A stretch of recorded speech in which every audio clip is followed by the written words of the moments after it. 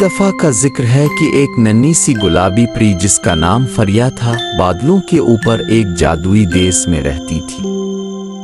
فریا بہت نیک دل تھی اور سب کی مدد کرنا پسند کرتی تھی۔ اس کے پنکھ نرم اور چمکدار تھے اور جب وہ الفاڑتی تو ہوا میں ننھے ستارے جھلملانے لگتے۔ ایک دن فریا نے بادلوں کے پیچھے ایک چمکتا ہوا دروازہ دیکھا جس پر خوابوں کا دروازہ لکھا تھا۔ فریا حیران ہوئی کیونکہ اس نے پہلے کبھی ایسا دروازہ نہیں دیکھا تھا۔ جیسے ہی اس نے دروازے کو چھوا وہ آہستہ سے کھل گیا اور اندر ایک جادوئی باغ تھا جہاں ہر طرف رنگ برنگے خواب تیر رہے تھے۔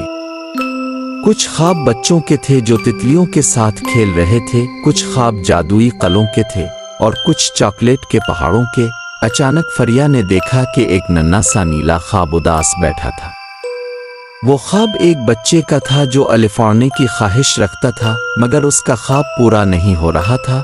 فریا نے اپنی جادوئی چھڑی گھمائی اور کہا، پیار، امید، جادو بھرا، ہر خواب پورا ہو جائے گا۔ جیسے ہی وہ بولی ننھا نیلا خواب چمکنے لگا اور ہوا میں الفاڑنے لگا۔ کہیں دور وہ بچہ جو سو رہا تھا خواب میں خود کو اس آسمان میں الفاڑتا دیکھ کر خوشی سے ہنسنے لگا۔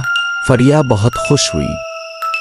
اب وہ ہر رات خوابوں کے دروازے میں جاتی اور جو خواب اداس ہوتے ان میں جادو بھر کر سب کے خواب پورے کر دیتی۔